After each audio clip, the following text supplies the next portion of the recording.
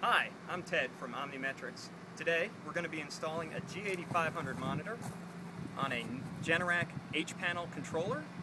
All we're going to need to do this is the small OmniMetrix screwdriver and a regular sized Phillips head screwdriver. Mount the antenna on the roof, run the cable through the louvers down into the cowling, and then we'll pick up the next step. Okay, we're going to install the power cable by raising the little trap door on the back. Here, there are two screws that hold it in place, so we'll loosen those two screws and then we'll tuck the cable in.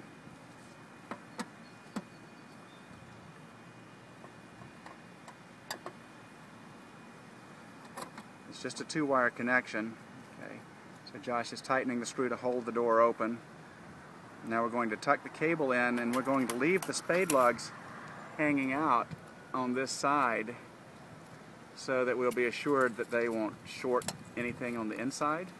So he's just going to tuck the connector there to make sure that it doesn't come loose, and then we'll move around to the front to finish the installation.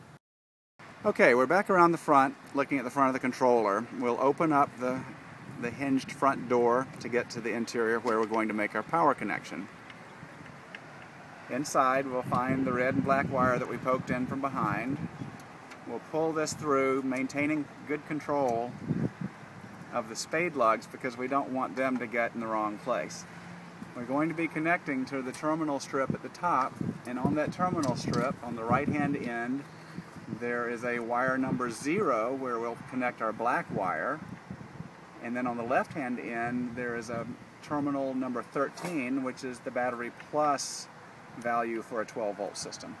So I'm going to move back, get out of Josh's way while he attaches this. The order of connection doesn't matter because we don't have a load on that cable. It's not connected to the OmniMetrix unit yet. So you can connect the battery plus or the ground in either order that you like. Just make sure that you maintain control of the spade lugs.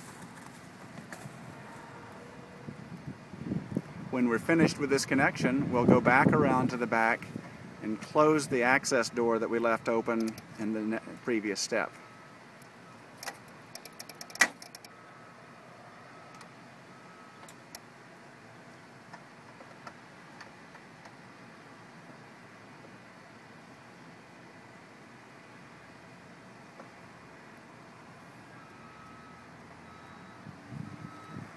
Okay, we're all done.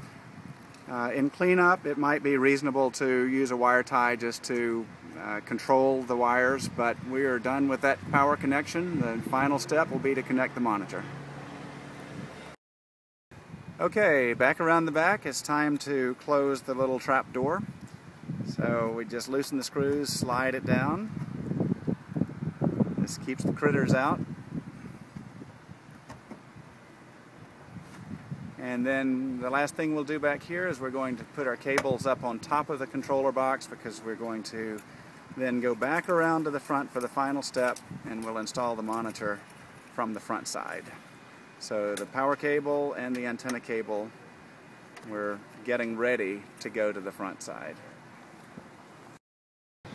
Okay, we're back around the front where we're going to finish this process off. You'll notice that the switch is set to off throughout all of this install time just to make sure it's safe. You see the wires and cables that we put up on the top from the rear side, the antenna cable over there on the left, the power cable on the right.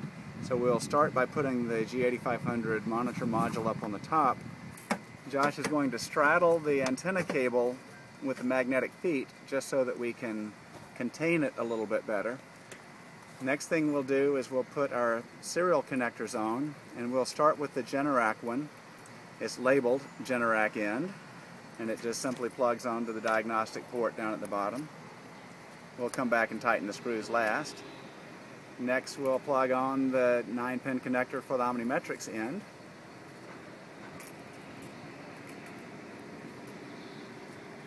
Okay, and then let's go ahead and add the antenna cable. In order to shorten this little video, we'll leave the screw tightening out.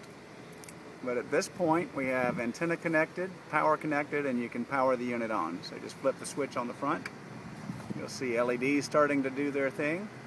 And then there are instructions for what to do next, but that completes the installation on this machine.